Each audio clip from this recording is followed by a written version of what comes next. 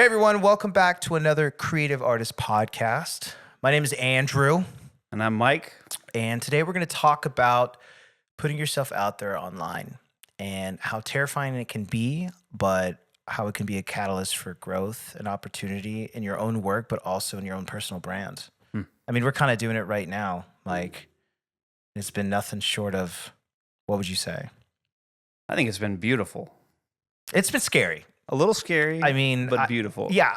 I mean, in this episode, we're going to share our own experience of the journey of trying to be vulnerable online, trying to put ourselves out there and kind of what we've run into, but also share a little bit about what's helped us overcome it and get through it a little bit. So we're getting into that. We're going to talk about a phenomenon that's been happening that's going to blow people's minds, probably. And we're going to start with our own personal experience. Well, before we get into it, though, we should acknowledge what this episode is. This episode is putting yourself out there. No. The number. What? This is episode 10. 10, baby. We've done 10 of these. 10 times. 10 times I've sat in this chair and tried to be funny and tried to get your curiosity and tried to get your interest. And, well, you've kind of reciprocated, people, audience. You've loved me. The people love Leon. They don't really love me, but that's fair. Leon, what do you think of all the love? It's cool. He's so cool. I'm going to be that cool someday, right? Well, no. All right. Well, yeah, we should move on. Let's move Okay, on. cool. Well, this is actually a pretty important, I think, episode because a lot of people in this day and age feel the need to kind of put themselves out there, but don't necessarily know how to do it or what it goes into it or how to get around some of the issues and the obstacles that they run into. The resistance is what we like to call it. I mean, do you feel that too? Yeah, all the time. No. I think if you're trying to get into like the science of it, it stems from like a really basic place. Like, what is the human brain? We're all human, and the human brain is a survival machine, and it just wants to survive. So, like, you're looking at doing something, and it's assessing, like, is this going to hurt me, or is this going to like provide me joy or pleasure? And it's always constantly assessing that, either from like a physical level or like a mental level, and the brain was built to adapt and protect you from things. And so when you're doing something that's different or dangerous, just human instinct to want to protect yourself from that. So like, take the podcast, for example. We want to we want to record how we feel about these things as a trio and put them out for people to see. And that's dangerous because what if people don't like it? What if people can't relate or, and so instinctually you're like, well, I'm not going to do that. I don't want to do that. I don't want to get hurt. I only want joy. I only want pleasure. I only want to survive. I think that's where it starts. Yeah, it's funny how the human condition manifests itself. It's a primordial. That's such a big word for what I really mean, but it's such a natural human experience to feel all those things. But they're there for a reason. But now they're manifesting themselves in the modern 21st century as posting something online. Right. It's so weird. Oh, that's interesting. I hadn't thought about it that way. Like, really? What That's what you made me think of. What was it before like being a content creator or posting or making these things online? It was like being the person who couldn't pay debt. That was like in the town square, people would talk behind your back. Be like, oh, don't look at that guy. He can't pay back his debt. He owes the blacksmith money. Exactly. That was what it was. And it was your reputation meant a lot. But I think when it comes to putting yourself out there, and being an artist, a creator, vulnerability is crucial for overcoming that blockade. I think it allows you to connect with your audience. And if you can connect with your audience, they'll rally behind you. And connection comes from authenticity, and authenticity comes from vulnerability. All in that same, I think it's kind of a part of a spectrum. But I guess what I'm trying to get at is that the way that people connect with you is if they deem that you're authentic. And when you become authentic, it's through the power of vulnerability. That's what I was trying to get at. Do you think people, well, I don't know how I want to phrase this, being vulnerable and truthful and authentic, I think people's biggest fear is that if they do those things, I know it's one of my biggest fears, is if I do those things, I'm going to get hurt. Yeah. And so I guess how do you combat that? Well, so the expert on this is Brene Brown. Do you know who she is? No. Who's Brene? Brene Brown is a social worker who gave a TED Talk called The Power of Vulnerability. And it is one of the top 5 TED Talks of all time. And what she talks about is vulnerability is, or humans are put on this earth for connection. I mean, that's kind of our purpose in life, is to connect either with each other, connect with a higher power of consciousness, or connect with our art, especially as artists. You know, it's connection. It's what gives us the drive in what we do. And people's fear in life, or she kind of was trying to find the underpinning of disconnection. So you can connect with somebody, but why do people not disconnect? And it comes from 2 things. It turns out it's fear and shame. So when people are having trouble being vulnerable, it comes from a place of shame, which is not Shane. Who's Shane? No, but shame. And shame is if I show you this part of me and you don't like it, or what are the chances you don't like this part that I show to you, you know? Is that different than imposter syndrome? I don't think so. I think imposter syndrome is probably the fancy word for it. It's like if I show you this and you're not on board or you don't connect with it, does that make me unqualified or a fraud? Mm-hmm. Every time that this is an interesting feeling. Every time that I've felt that way, like let's just say imposter syndrome, it's usually been because I know there's something more I can do or something more that I want to do to pursue whatever that passion is. And every time I feel a sense of imposter syndrome, it's only with stuff that I deeply, deeply care about. Yeah. So I look at it kind of as a way to identify when I'm actually really passionate about something. And when I know, like, okay, then if I'm feeling this way, it means that there's more work for me to do. Yeah. So that I can get over those feelings. That's interesting. I've never thought about it in that sense where you know that it matters to you if you feel that resistance, that bit of imposter syndrome. Yeah. And I guess life tells us a lot of things, but one thing is that if you feel a sense of resistance or a comfortableness, a lot of times you may want to even run into that because it could, there's a lot of growth at the end of that. Right. I don't know that that's the way that everyone feels, but I know for me, I want to run into it because it means that there's more to be discovered along the way. Sure. Like, I've got more work to do. Yeah. And it does feel like imposter syndrome is kind of another fancy way of saying what shame is, which is there something about me, if other people know it and see it, that I won't be worthy of connection? It is that fraudster, the charlatan, the quackery, which has been for me, it's been absolutely crippling. And I mean, this is, let's talk about our own experiences with this. I almost didn't launch this podcast out of fear of being of what gives me the right to launch a podcast about creativity, a subject that's so sensitive that could be attacked from so many different angles. I'm not a famous person. I'm not a particularly super influential person. Why should I launch this podcast? And why would people ever want to listen to me, a guy who's literally just been an artist and made his living as an artist for 10 years and now wants to talk about it? It's nothing more credible than that, other than the fact that I actually do it. But I could go on and talk myself into not doing it. And in fact, if you're listening to this right now, everyone in this room knows that we recorded our first podcast and I sat on it for 3 months or something. And I didn't want to post it. And Leon would tell me all the time, post the video. And I just couldn't do it because I was out of this shame of disconnection. The people, if they find out that I'm a fraud and they fooled them for this long, who am I?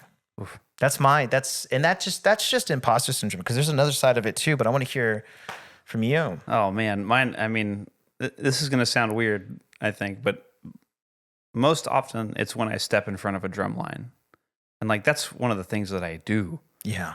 And still, like when I step in front of them, I have that deep seated thought in the back of my head of like, you're a drum set player, you're a drum set kid. I grew up playing drum set, and I was in marching band. I did marching percussion, and I did WGI and DCI, but I did drum set. Mm-hmm.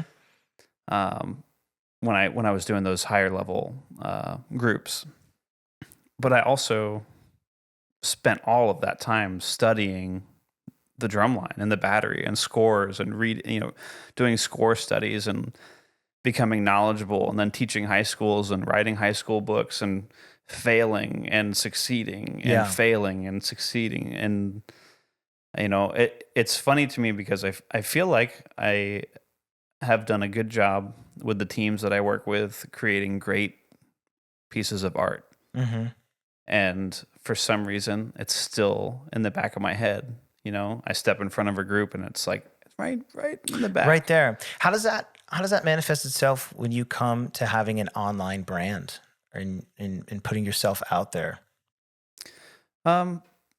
It's similar. I don't know. The mindset is still the same. Like I would say the online brand versus like being somewhere physical and feeling that, like this feeling is the same. Sure. But then I circle back to like, why are you feeling this way? You know, and the reason that I'm feeling that way, at least what I've noticed, is it's because I'm deeply passionate about it. Yeah. And I want to make sure it's good Sure. for all these people that I'm trying to serve with this product, and for myself, and for the people that will see it as spectators. And that deep, desire to serve the community and serve the art is, I think, the thing that like helps me get through whatever that nasty little voice is in the back of my head. Yeah, because that nasty little voice is there. It's very much prominent, and for some people it's screaming. And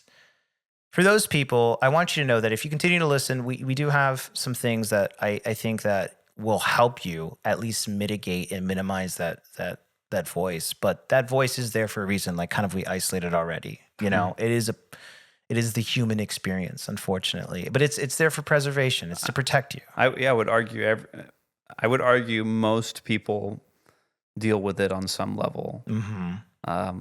There's a Native American story. I don't know that you can like actually trace it back to but I think it goes to the Cherokee tribe. But it's a story about the mind, and it's I guess represented through wolves. I'm probably going to tell this wrong, but I'll do my best. Yeah, go for it. This is one of the things that I tell myself anytime I'm in like a really weird headspace or a darker headspace with imposter syndrome or just self-doubt in general. Yeah. But it's something along the lines of, you're in a forest and there's two wolves, a dark wolf and a light wolf, or a good wolf and a bad wolf. And, which wolf is going to survive in the forest with you? And the answer is whichever one you feed. So, I mean, you can look at that a couple different ways, but when you're in a mindset, like a self-doubt mindset, if you feed that mindset and you continuously tell yourself that, it will only get more powerful and more intense. So it's like when I feel that, I'm like, okay, I need to switch gears here and pick the more empowering story. So that would be another way to look at it is, instead of dwelling on something that is in the back of your mind, you can instead make the choice to tell yourself the story that's more empowering. So I might stand in front of a drum line and have that voice in the back of my head be like, who are you to stand in front of these amazing musicians? And I could feed that, or I could feed, you did score studies for half your life. Yeah. You've been writing for groups for 17 plus years. You can choose a better path, at least for me. And that's to believe in the things that empower you rather than believe in the things that are going to weigh you down. Yeah, it kind of makes me think of this idea that the quality of your thoughts will, help dictate the quality of your life, Hmm. you know? And so if you do side with what is it, the black wolf and the white wolf? Sure. It can. Is I that think it can be anything. either wolf, but Yeah. which one are you going to feed? That's very interesting. Um, Another thing that I personally struggle with, it's very adjacent to that, is judgment upon myself. So not only is it imposter syndrome, but putting myself out there, online in creating a social media brand. I'm afraid of the judgment of other people, which is funny considering it's an online world. I'm totally aware of the fact that there's a lot more distance between me and the person. If there's more distance, people are more likely to act in a different way. But that's still enough for me to get in my head and be afraid to put something out there. And you know what's crazy? I have this fear because I know people who have done it. They created a Facebook page to just completely disparage someone that I knew who's trying to go after and do something different. They called it the burn book, and they would just tear people apart. And I don't know what it was. It's something I've always struggled with, but I have a hard time, sometimes putting myself out there for fear of what people are going to say about me. But at the end of the day, if I don't hear it, does it matter? And if I do hear it, I can pretty much, and this is a little bit later on, we'll talk about tips and stuff, but there's ways that you can kind of sift through that and delineate whether this is coming from a good place, a bad place, if there's good criticism, if there's anything there. But, judgment online, judging yourself, imposter syndrome, that all comes with, putting yourself out there. Right. I think it's important to note, like for younger artists, that art is literally it. Not all art is for every person, and that there are going to be people that don't like what you do. Mm-hmm. And then there are going to be people that need what you do and that you're really serving. So just kind of a general acceptance of like whatever it is that you put out there, there are going to be people that maybe it doesn't connect with, or that they don't like it, or they're really offended or have a problem with. And that's okay. That's okay.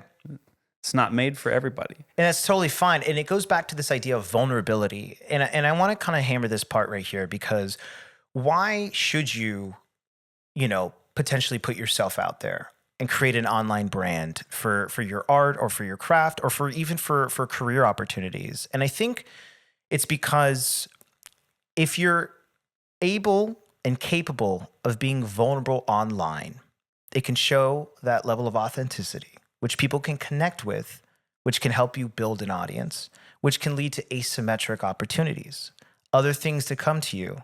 I mean, you're seeing. Can you go back and define asymmetric opportunities? That's great. Yeah, I'm sorry I used a fancy word there, but that's opportunities that you probably wouldn't normally get had you not done it. Asymmetric meaning it skews to to have a larger impact on your life, something that you probably, you wouldn't have had the opportunity to do if you didn't curate an audience, if you didn't show people your perspective, if you didn't show people, you, and if you weren't vulnerable online, does that make sense? Mm-hmm.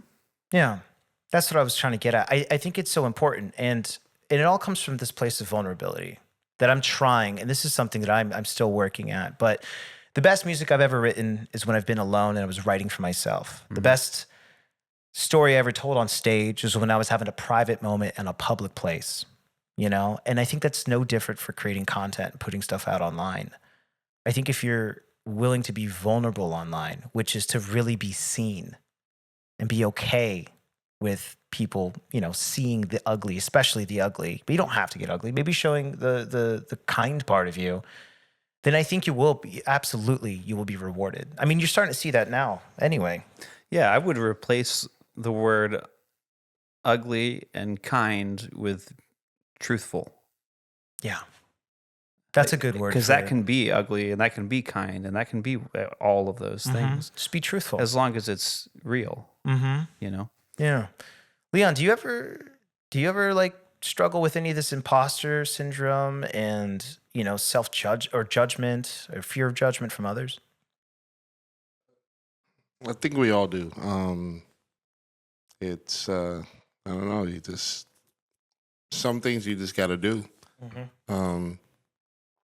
When it comes to like maybe putting yourself out there for like a business or something like that or whatever, it's like it's wouldn't you want to fail? If you were to fail, wouldn't you want to fail on your own terms and not because somebody said, "Hey, don't do that. You probably shouldn't do Yeah. that." You'll accept the failure more because I tried it and didn't work. All right, so let me try something else. It's accountability. Yeah. It's all on you. I think that's something that is also scary. It comes with a risk, but Can we circle back to, because you had mentioned, your hesitation to even put the first episode of this podcast out. yeah. Was there a catalyst? What was the catalyst where you're like, all right, hell, I'm going to do it, and you post it? Um I think it was when, kind of to what Leon just said, it was, if first of all, I mean, I built a studio. I might as well use it. It's a beautiful studio. And it's on my own laurels, right? It's on my own accord. Yep. I'm the one, if I'm going to do this, it's going to be on my terms. And there's something really freeing about that and having agency in that sense, So I think, Agency meaning the ability to take action. yeah, the ability to take action, being independent, having integrity, going in on that. Yeah, but it wasn't easy. It took me 3 months, But I think it's fair to assume that if you want to put yourself out there and you know what you kind of want to post, or maybe you don't know, but there's a part of you that wants to be seen and you don't know where to start. I think this is the portion where we can maybe talk about maybe some tips and tricks and advice that's worked for us. For me, with the podcast, it was to start small. I did on my own personal page.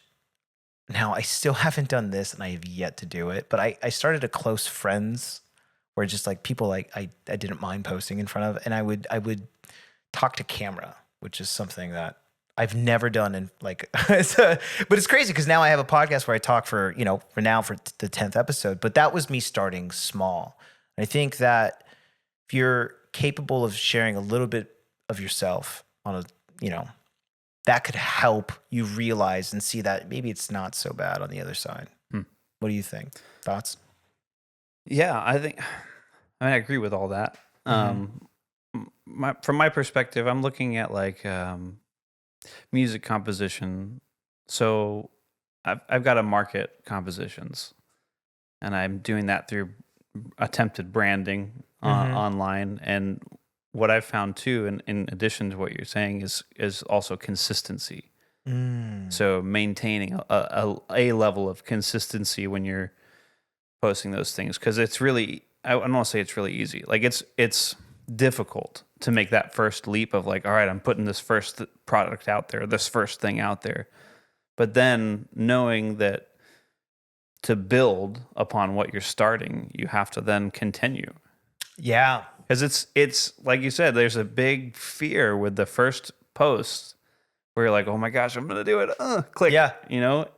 And now you got to do it again and again and again. So right. I'm looking at like, right now, percussion ensembles. I'm, marketing pieces I've written with Mitchell Beckman for RWS. And if you're listening, Mitchell Beckman is another composer in town, drummer, musician. Yes. Potential clown in his past life. This man is he did serve very funny as a part of, I think the group was called Giggle Gang. Oh, terrible. He was name. a musician in a clown group. Yeah. He's awesome. very funny. Super talented. Very funny.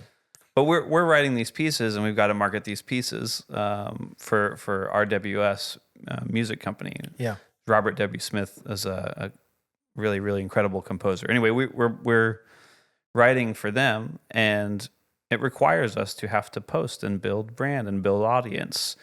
And so like, I'm just trying to be consistent with what I'm putting out there, and then also trying to target the right people. So like if I'm posting about a new composition, I'm on LinkedIn and I'm posting there as well, and like Gotcha. trying to connect with different band directors from around the country so that they see the post. Yeah. It's a little bit different, I suppose, but that's how it kind of. Yeah, no, it goes along the same way, and I never the same way, meaning that I think we're on the same path where you're talking about start small but be consistent, Mhm. and you use the trigger word here, which is connect, because you want to ultimately connect with people, and the way you do that is by showing yourself. Right. If you're hiding, no one will see it. Yeah, and be willing to be seen. I- And this is coming from a guy who can go up on stage and cry, and then have a visceral panic attack on stage and really feel it and love it, but then at the same time walk out from the stage door and try to avoid eye contact with everybody. So Yes. like I'm very much in working on this too. But if you're listening right now or watching this, I want you to do one thing. And if you're struggling with this, please do this, because and I want to hear about it. Is I want you to go find something about yourself that you're willing to be vulnerable about and share online. Post it, have the courage to post it, something small, and then see what happens. Feel the feelings. What was it like leading up to the moment of posting that? How did you feel afterwards? Did the world go on fire? Did people come after you? Did all those thoughts of fear and judgment, did it come in? Did they make the burn book on Facebook about you? Chances are not. If they did, well, holy hell, how did that happen? I mean, oh my God. No, I'm kidding. No, but I want to, more importantly, I want to hear about it, because I think we're all in this together, and I could use a little motivation myself. But yeah. I like that you said you do all those performance elements and then immediately would go off stage and not make eye contact. Yeah. I'm with you, man. I'm more comfortable like hiding behind my laptop writing music than I am like posting about it online. I would just rather live in a hole in a cave somewhere, Yeah, Groundhog's Day, it's Yep. like Mike's Day. That's right. Is it 6 more weeks of winter? But for the sake of human connection, and Yeah. and I feel like artists have a drive and a passion. Like we have when we make stuff, right? Yeah. I'll speak for us because I know the three of us very well, and like Yeah. when any of us want to make something, it's because we have to, It's undeniable. right? You just gotta do it, Mm-hmm. and so if you gotta do it, why not help others and try to share and serve the community? Robert De Niro has a commencement speech. He talks at the Tisch School of Art, and he says, "You have unfortunately have a burning desire to create. Yeah. It's going to stick with you your entire life. And that's why you graduated with an acting degree and not an accounting degree." But going back kind of to the tips and advice section, I want to say something that has helped me get this podcast off the ground, and it was acknowledging the fear and seeing it, whether it was shame, which was, what about this? Are people going to think that I'm a fraud? What about this? Is that people are going to think that I'm, not worthy? And if it's that, then I'll call it out, be like, okay, that's me just trying to be shameful. And then I really tussle with it and see like if there's any valid. Typically when I call it out is if it doesn't stand the test of time, then I know what it is and I end up posting it or putting myself out there or, or recording something. But if it still sticks around, I look after myself and I'll tussle with it a little bit longer, which is what I did with this podcast for 3 months. I literally tussled with it for 3 months and thought about it and putting it out there. But being aware of your feelings, I guess, is what I'm trying to get at. Right. Well, and along the tip lines, this just brings us back full circle to when you're feeling the fear or the shame or the self-doubt, like understanding that that's just passion. That just means you're passionate about it. And it would be helpful to then figure out how to redistribute those feelings into something that's more empowering, because it's all just because you're passionate and you care. I love that you brought that up, because I never would have thought that this was stemming from a place of just pure passion. The last thing, tip I would give to you, and I think this is the most important thing if you're going to put yourself out there and try to create a personal brand online, um, is you're going to have to develop the skill of objectively interpreting feedback. So What do you mean objectively, you're going to have to find that place where you can read comments, you can hear stuff from people, they're going to talk to you, they're going to see what you see, and you're going to have to be able to sift through, engage whether this is uh, criticism that I can take that's valuable, that can help me, or is this person just being jealous and mean? And this is a skill that I think you have to develop over time. This doesn't come overnight, but you're going to have to develop some sort of coat of armor because you are going to the public square. You are opening yourself up. To create a brand, you need to have accountability. To create a great brand, you need to be willing to be publicly wrong. So there's going to be moments maybe if you're talking to camera and maybe you're a real estate agent who's trying to educate people about, writing a contract for something, and you're trying to be, create your own perspective and kind of be artistic and creative in the way that you're trying to get clients. And you could say something wrong and people will come after you, or you say something that they think is wrong. It's their opinion, and so you have to stand your ground, and that's going to be tough, but you have to develop the skill of learning, where's the right and where's the wrong and where do you stand and. This sounds like an amazing skill. I need to develop this skill. Because what I do is, we put out something and we post and I do this. Yeah. I just don't look at the comments. I know. And I know there's value in there. And that's also like part of connecting is being able to receive that feedback. And engaging, More often than not, I'm like, if I release something or I put something out there, then I'm just like, okay, it's out. I don't need to see. I don't want to see anything. And I don't know.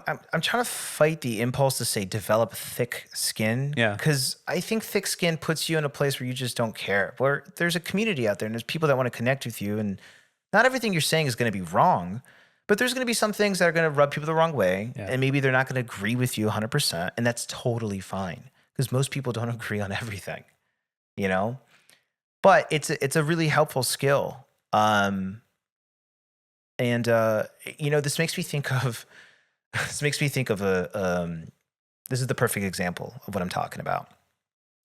Liam Harrison. Liam Harrison is a world-renowned Muay Thai fighter. He's a legend, champion. He's from the UK. He's fought all over the world. He's phenomenal.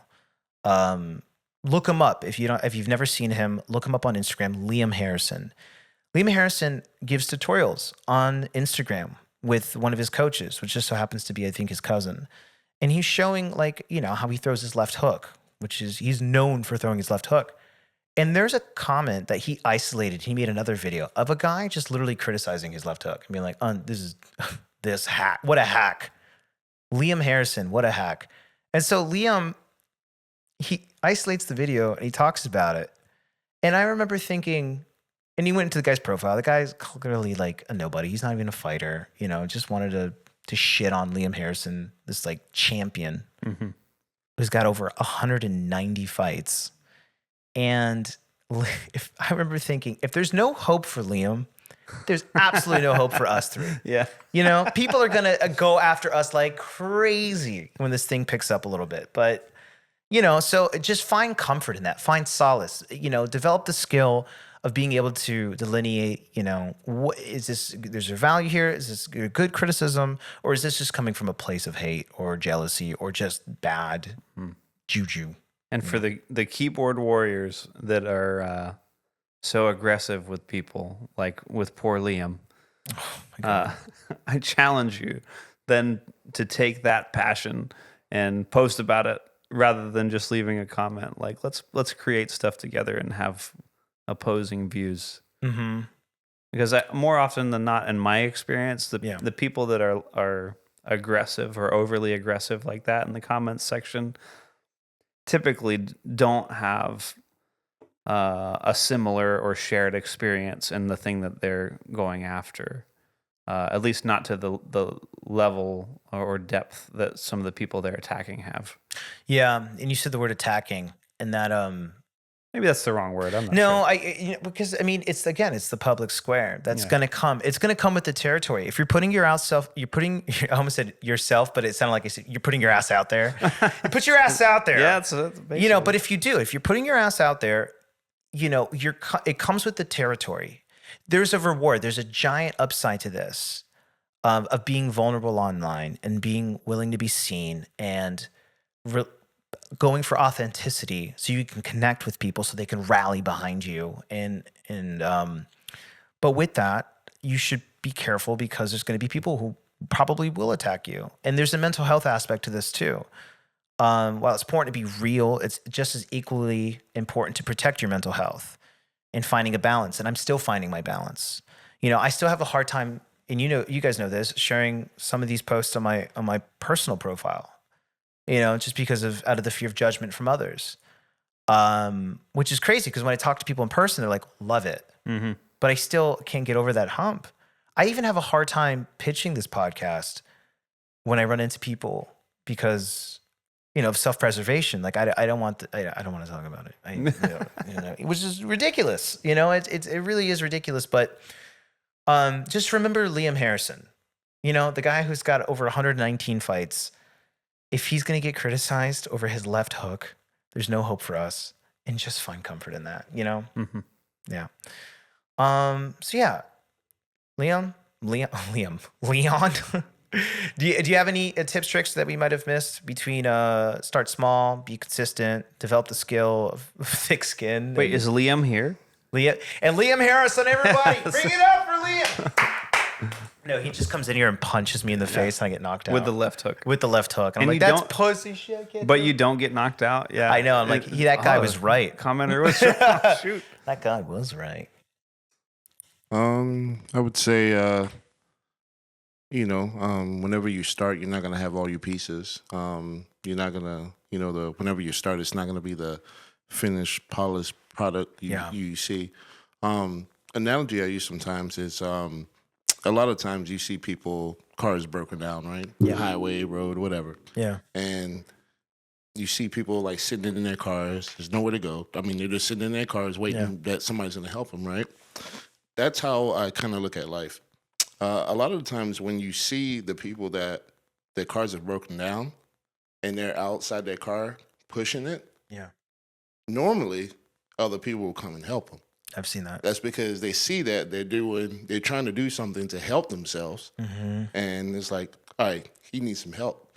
So, look at that in life. You know what I mean? Oh, God, that's Try beautiful. to keep pushing your car. The right people will come along and help you. Wow. God. Did it again. Why does he do that? Just drops greatness grenades. Yeah. Greatness grenades. What a weird way to say that. It's so great it blows up in your face. But it's true, though. It is. Yeah. You see people pushing their car. Other people will get out and help them because they know this person can't push his car. It's too heavy for them. But they're trying to do something. Well, You're trying to help also them. the person who's just sitting in the car, their car is not going to go anywhere. Yeah.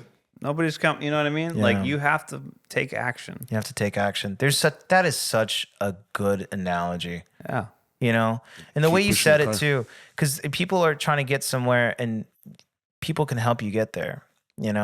So find people that will rally in your corner. From the beginning. Which we have a ton of people in our corner for this. Mm-hmm. So that's really good. I mean, even look at yourself. Like when you thought about doing the podcast till now, right?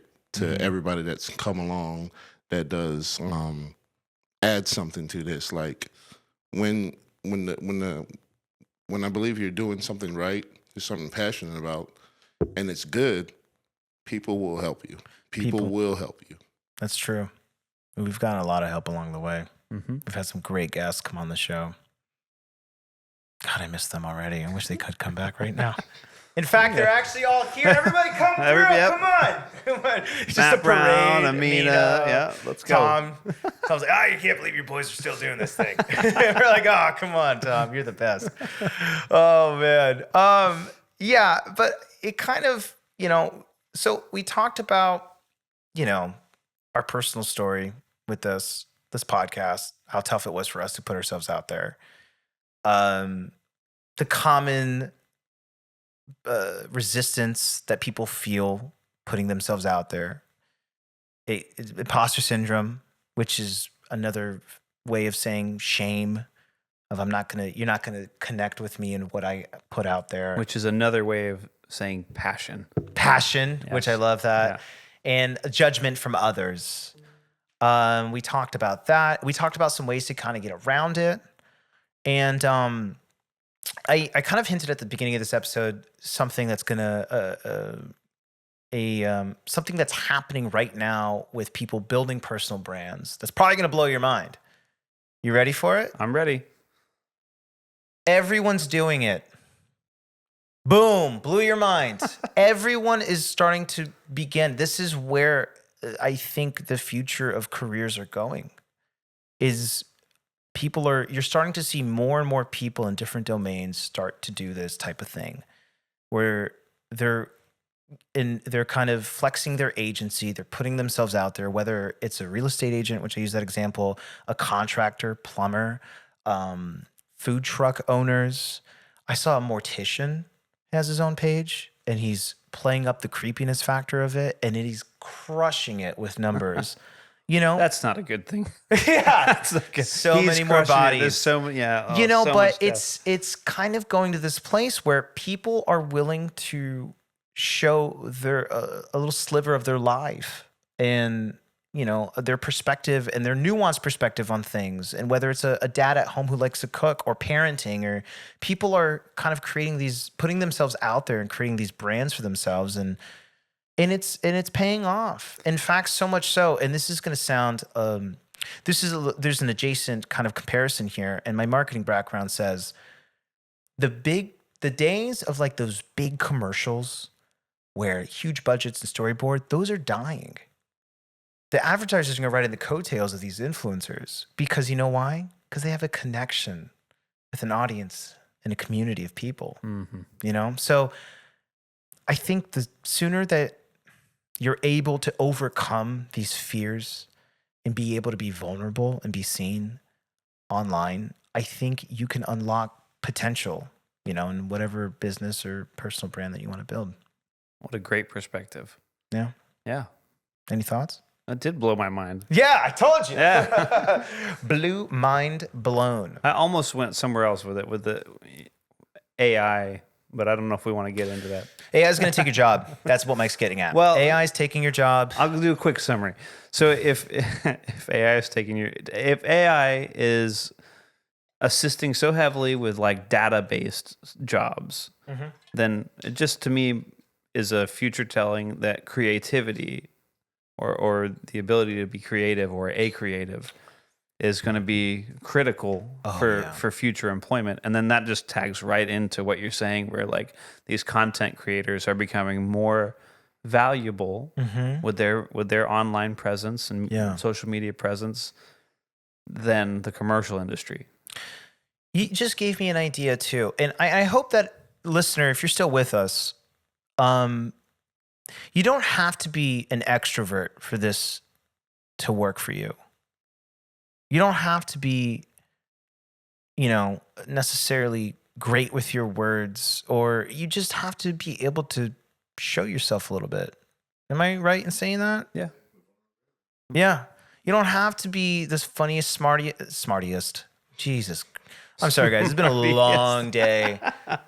You can ask Leon. That's great. You can ask Leon. It's been a long day. You have to be vulnerable. You have to be truthful. Mm-hmm. Those are the things that Yeah, and use vulnerable. Oh, I'm sorry, guys. I'm barely making it through this podcast. But you should use your vulnerability as a tool for connection, not validation.